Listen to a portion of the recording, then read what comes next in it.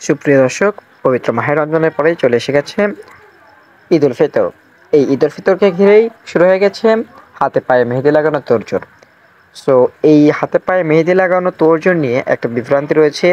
বিভ্রান্তিটি হলো কি, যে পুরুষের হাতে পায়েও কি মহিলাদের মতো মেহেদি লাগানো জায়েজ আছে নাকি নেই, বিষয়টি আজকে আমি তুলে ধরব। সো আমাদের প্রশ্ন হলো যে পুরুষ মানুষের হাতে পায়ে কি মেহেদি লাগানো জায়েজ কি না। এটি স্বয়ং হযরত মুহাম্মদ সাল্লাল্লাহু আলাইহি ওয়াসাল্লাম বলেছেন, না, কোনো পুরুষ ব্যক্তির জন্য তার হাতে ও পায়ে মেহেদি দেওয়া বৈধ নয়, কেননা হাতে পায়ে মেহেদি দিবে মহিলারা, পুরুষরা নয়।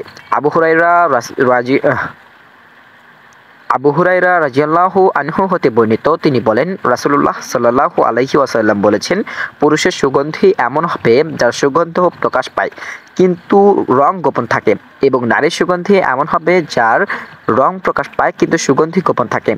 এটা এসেছে তিরমিজি হাদিস 2728 নম্বর থেকে। অর্থাৎ এ থেকে আমরা বোঝা যায় যে রাসূলুল্লাহ সাল্লাল্লাহু আলাইহি ওয়াসাল্লাম বলেছেন যে পুরুষ মানুষ এমন জিনিস ব্যবহার করতে পারবে যার সুগন্ধ ছড়ায় কিন্তু রং ছড়ায় না, এবং মহিলা মানুষ এমন জিনিস ব্যবহার করতে পারবে যার রং ছড়ায় কিন্তু সুগন্ধ ছড়ায় না। পরবর্তী আরেকটি হাদিস রয়েছে আয়েশা রাদিয়াল্লাহু আনহা থেকে বর্ণিত, তিনি বলেন, এক মহিলা পর্দার আড়াল থেকে একটি কিতাব হাতে নিয়ে রাসূলুল্লাহ সাল্লাল্লাহু আলাইহি ওয়াসাল্লাম এর দিকে বাড়িয়ে দিল। রাসূলুল্লাহ সাল্লাল্লাহু আলাইহি ওয়াসাল্লাম তার হাতে না বাড়িয়ে বললেন, আমি বুঝতে পারছি না এটা কোনো পুরুষের হাত নাকি মহিলার হাত।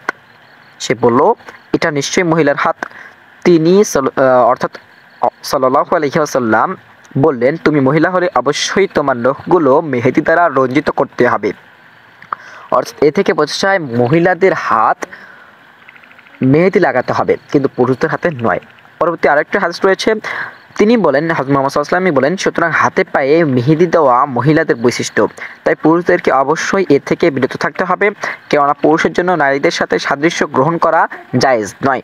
রাসূলুল্লাহ সাল্লাল্লাহু আলাইহি ওয়াসাল্লাম এগুলো থেকে বারণ করেছেন এবং এমন পুরুষকে লানত করেছেন যে লোক মহিলার সাদৃশ্য গ্রহণ করে, এবং এমন মহিলাকে লানত করেছেন যে মহিলা পুরুষের সাদৃশ্য গ্রহণ করে।